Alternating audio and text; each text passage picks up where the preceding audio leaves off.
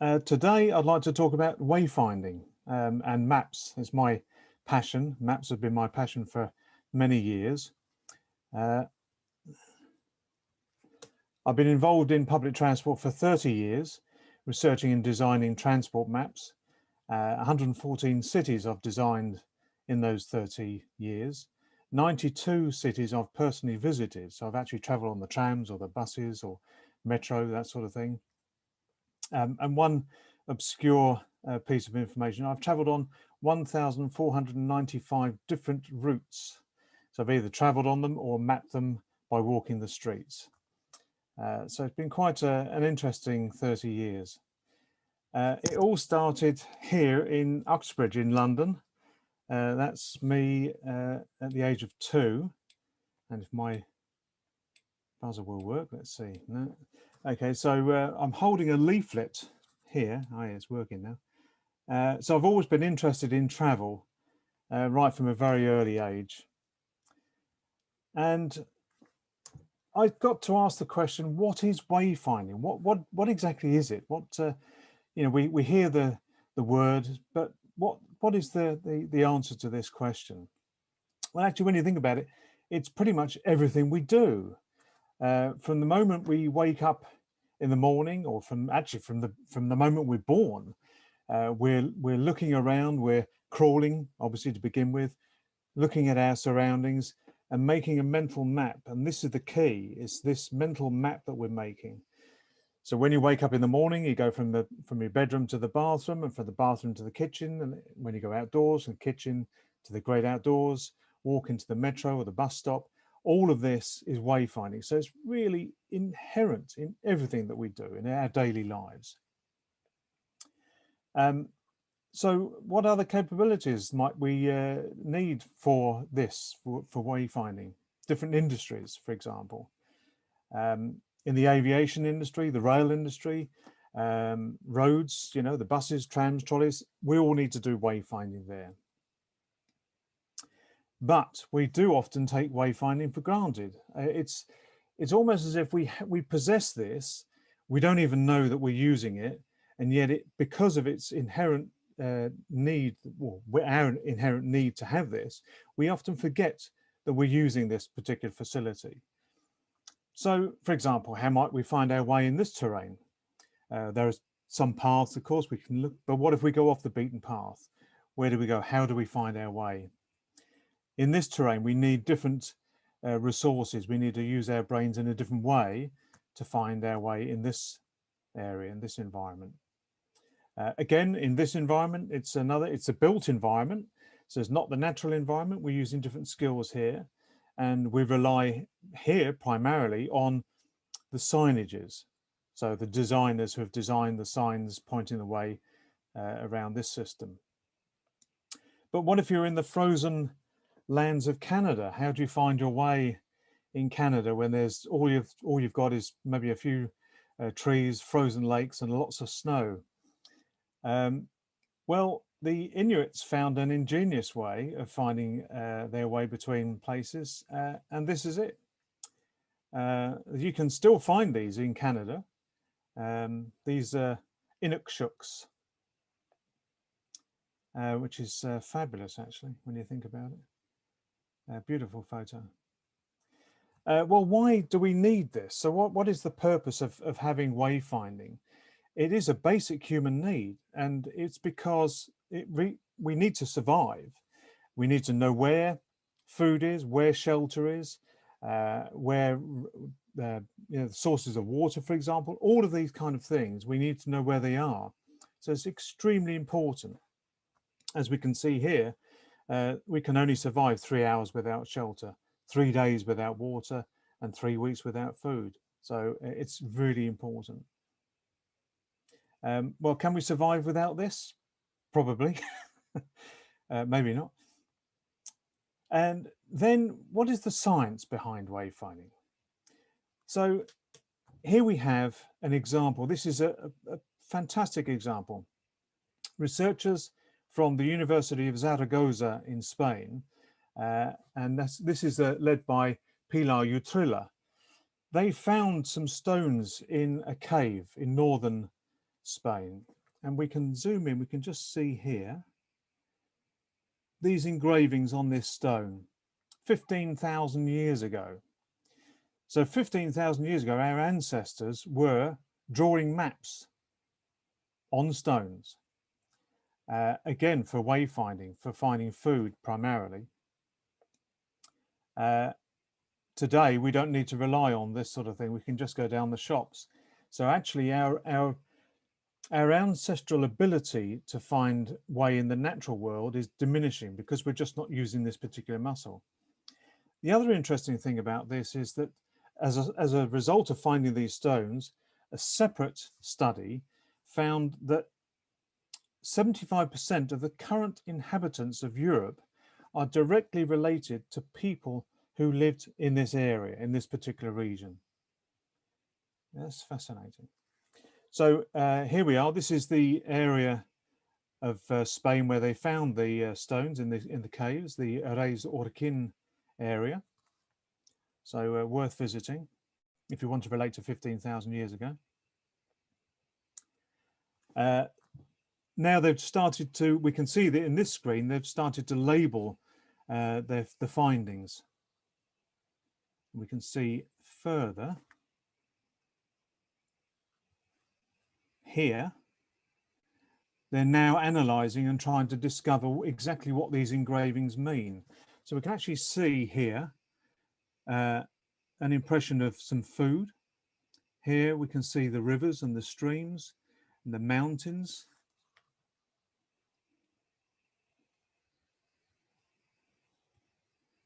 And in greater detail here, now we can see some shelter and some more food. This is the reverse side of the stone. So really fascinating, great detail. And amazingly, even they've actually managed to consider the orientation. So you can see here and here, the orientation of the stone as well, and the map in that area. Well, now, this is a really important part of our brain, the hippocampus. We have to look after this. It's part of the limbic system, but this part of our brain governs wayfinding. It's the long-term memory. So all of our learning, when we're walking around, when we're seeing our environment, all of this is going into the hippocampus. So it's important to keep this particular part of our brain healthy. Studies were done on brains of London taxi drivers. Now you say, well, why? Why would they study the brains of a London taxi driver? Well, the reason is because this is the black cabs in London. The reason is because they have to learn the routes. To be a London black cab taxi driver, you have to learn the routes in London. It takes 2 to 4 years to learn. 320 routes, 25,000 streets, and 20,000 landmarks. They do a test at the end of those 2 to 4 years. They do a test and they have to recall all of that information. As a result of that, the hippocampus of a London taxi driver was found to be 20% larger than the average population. That tells us a lot about what we do with our brain and wayfinding. Another one of our friends here, the squirrel. Of course, they bury their food and store it for the winter periods when they need to.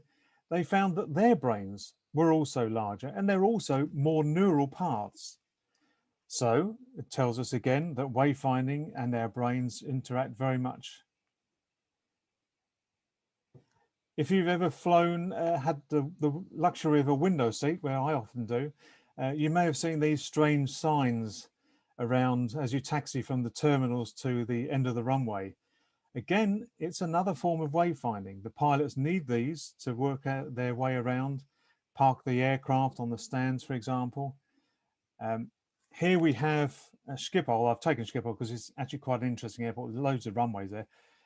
So you have all of these parking stands. And in the photo earlier on, we saw the directions for this gate here, the taxiway B, A8, and the entrance or the exit there, S7. So pilots require to have these charts to get around airports. This is another chart that a pilot would see. And again, this is really interesting because look at this note here. Do not mistake this for this highway for the runway. So this is actually a main road that runs parallel with this runway at Schiphol. So clearly, from a navigational point of view, you wouldn't want to land on the motorway.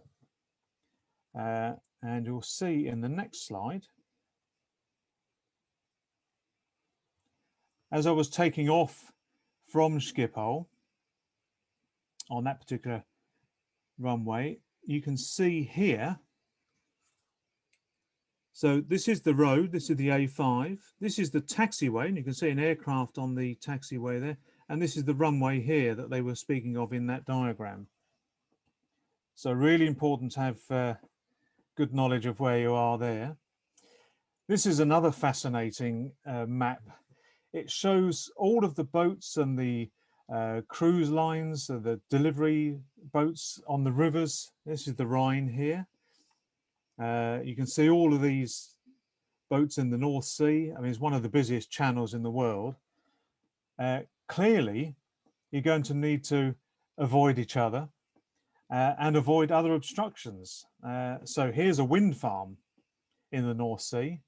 You've got to make sure you avoid that, like the plague, I would say. Now we look at, we come nearer now to the port of Rotterdam. So again, all of these boats need to find their parking spaces. Again, they need to avoid each other.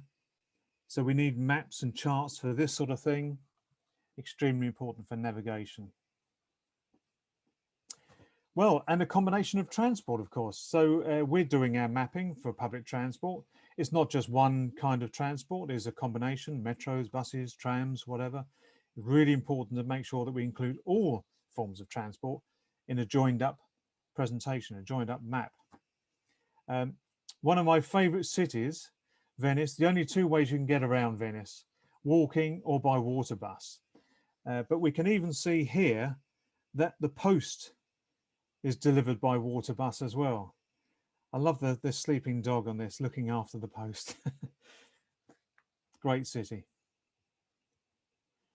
Okay, well, so when we consider what we do in public transport for wayfinding, we look at this here right from the very beginning. So when we're learning about the system, we don't know about the system, we're first using it, we're planning our journey, we're starting the journey, we're entering the system, we're looking at the ticketing, then we're waiting for the bus or the tram or the train or whatever, boarding the vehicle, riding along. So we're looking to see where we need to get off.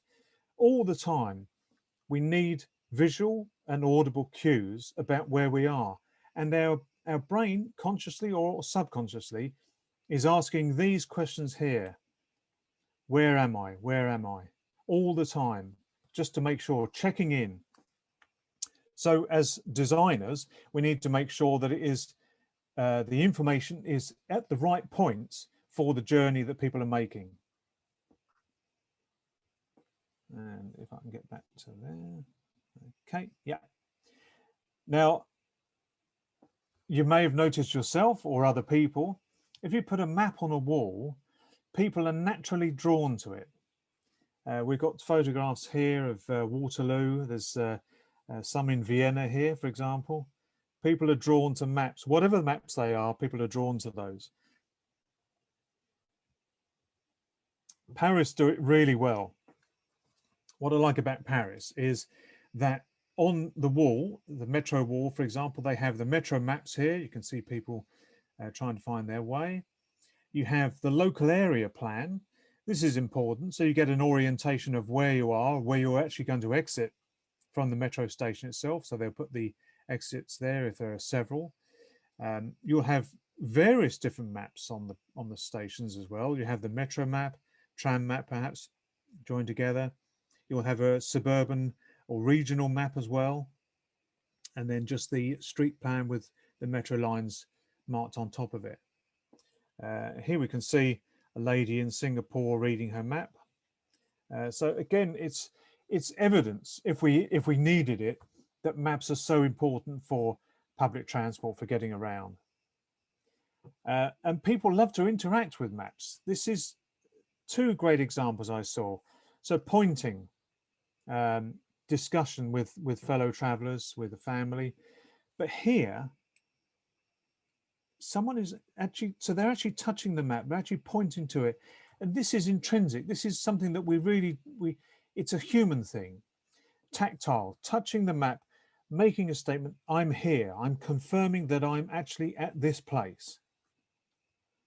Again, a couple more examples, people touching the map, pointing, planning their journeys, linking what they're seeing actually on the board itself with their confirming in their minds. The only trouble is that if with all this touching, you can sometimes find holy maps, what I like to call a holy map. And here's an example in Oxford Circus Station in London, where there was far too much touching and it obliterated the map. Great, I love this one. But again, it does prove how much we interact with maps. But what happens when wayfinding goes wrong? And this is an example in Clapham Junction. It's Europe's busiest station. 2,000 trains a day pass through Clapham Junction. So what happens when they do silly things? Now, this sign here, you would think that it's platform 12 to go to Victoria. On the reverse of that same sign, they've done this. And it's just a reverse. So, but you think, well, which platform is it then? Which platform is it to go to Victoria? It is actually platform 12. But here you think it's platform 11. What about Gatwick Airport? Platform 13 and 14. But which one is it? Which one is it for Victoria? Which one for Gatwick?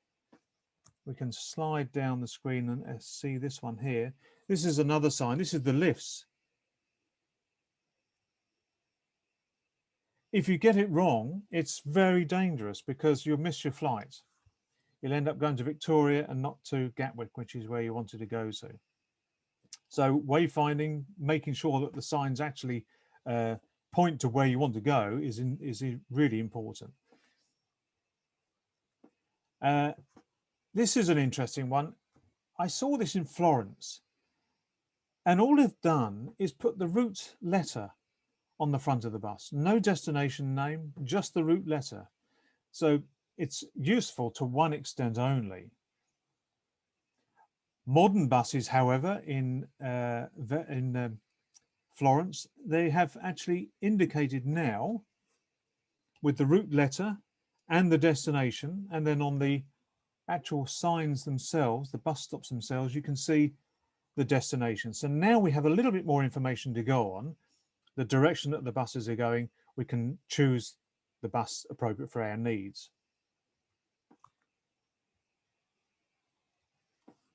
This is this is a crazy situation I came across in Spain. It's Placa Barracas, and you can see, for whatever reason, they've actually put the information boards completely out the reach of the passenger.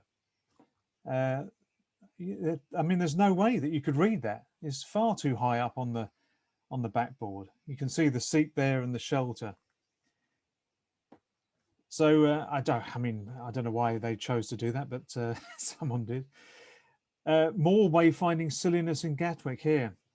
So the signs towards the trains in this channel, towards the tickets in this channel, and yet someone has put a sign here saying this way. So total confusion. What do we do? How do we travel here? Gatwick is a busy airport, it's a busy railway station, people all over the place. Another example, this is another passageway that I came across. So the exits to the terminal in this channel here, to the platforms here, and yet they've put this board, no entry, and keep left. Confusion, complete confusion. So is there an over-reliance on technology? Maybe there is. Perhaps we're tending to go too far and looking at our devices such that Uh, we need to use them to guide us everywhere. The trouble is the over-reliance on technology can lead to disaster, because we can start blindingly follow our sat navs without looking ahead. The result of that is this. This is what happens quite a lot in the UK. We have lots of low railway bridges, and truck drivers who don't realise how big their trucks are, and who don't read these great big signs here saying low bridge and how high they are, end up collapsing, and it's quite a cost. In fact, on average, 5 bridges a day are struck by trucks or buses in the UK. That is a cost of £23 million to the British taxpayer, and the average delay is 2 hours per train. So it's not inconsequential. What happens if you don't follow the routes? Well, perhaps remember this. This is the famous boat capsizing, where the captain decided to take a closer look at the coastline. 48 people lost their lives here, so it's again not inconsequential, not following planned routes. And now I want to introduce you to a British company. It's an innovative company. They have wrapped around the globe a grid system of 3 meters by 3 meters square. So it's now impossible to get lost anywhere in the world. You can give an address to anyone, a 3-word address as it happens, and they'll be able to find you within a 3 meter by 3 meter square area. I'll give you a demonstration. So we'll go live now if this works. I'm going to see. Okay, now we can see, yeah? Yes, excellent, thank you. Perfect, thank you very much. So this company, they have, as I say, they have mapped the whole world. So these grids here are 3 meter by 3 meter, and each of them has a unique name. So for example, you can see here, this is called Bitters Install Editor. This one here is called Admit Treat Singles, and this one Coconut Purist Fend. So the whole world has been mapped 3 meters by 3 meters.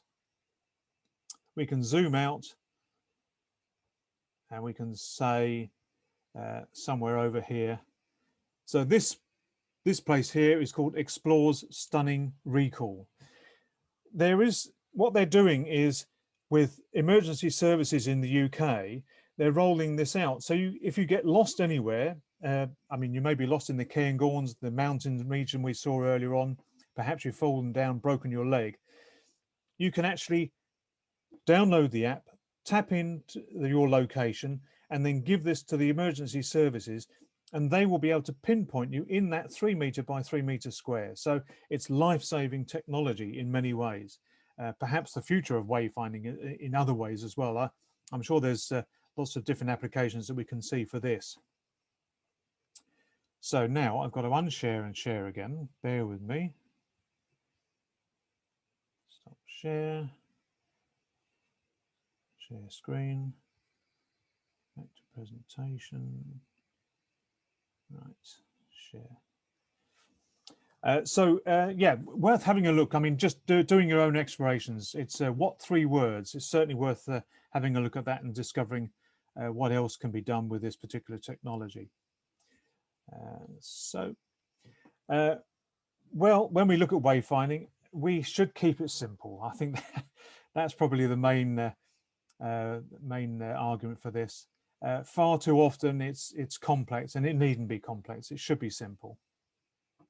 So the main takeaways from my presentation today: wayfinding or navigation affects our daily lives. Absolutely it does. From the moment we wake up in the morning to the moment we go to bed at night, we're using our hippocampus, which we want to keep healthy, to keep our wayfinding abilities at top level.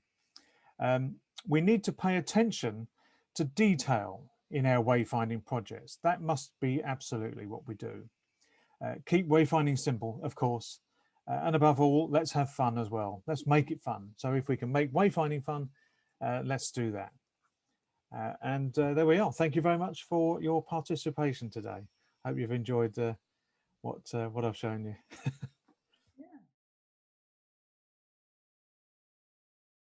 Thank you very much, Robin. That was very enjoyable indeed.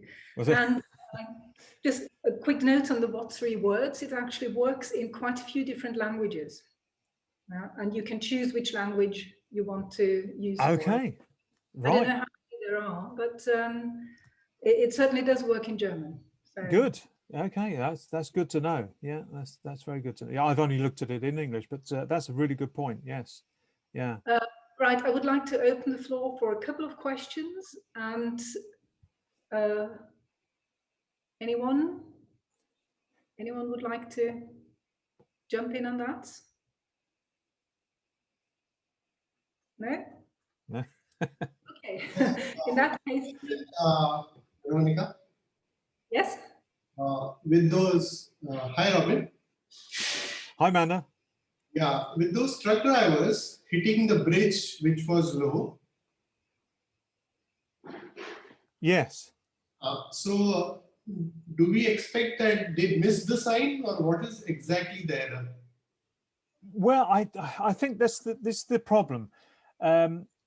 It's blindly following sat nav, and it's just not good. I mean, there are plenty of signs for these bridges, and they're big enough, and I mean, in some cases actually flashing lights. Okay. So if you're missing all of that, then you think, well, I mean, we didn't have time to. There's a video collection. What I'll do, I'll share a link to a video collection that I've put together. Okay. Of trucks and all sorts of things hitting bridges, and I think that the main problem is that we are blindly following sat nav. We didn't have time to have a look at this this time, but there are other studies that have been done by other people that have shown that we're losing the ability to find our way because we're relying on technology. So we're not using the grey material here, and it is a serious matter, because they've also found, other studies have also found, that by not having a healthy hippocampus can lead to Alzheimer's, the early onset of Alzheimer's. So from a purely health point of view, mapping is really important.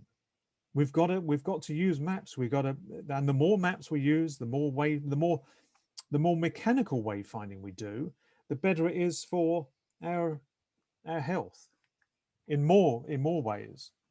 So from the truck drivers, I think it's just an example of blindly following a sat nav and not paying attention to the road ahead. I've got some seriously. About 2 weeks ago, a double-decker bus hit a low bridge not far from where I live.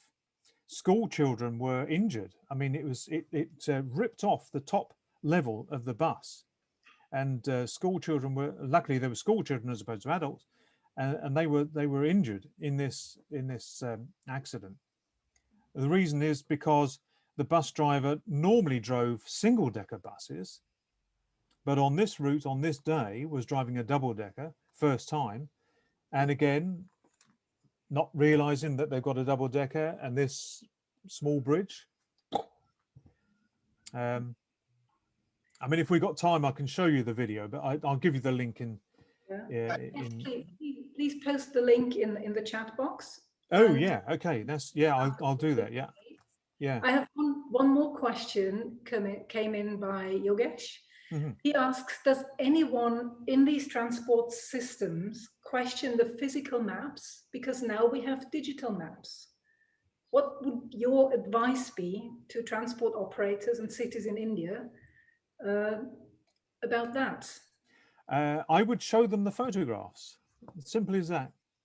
Show them the photographs that I've taken here of people looking at maps, engaging with maps, and it just proves that people are drawn to physical maps.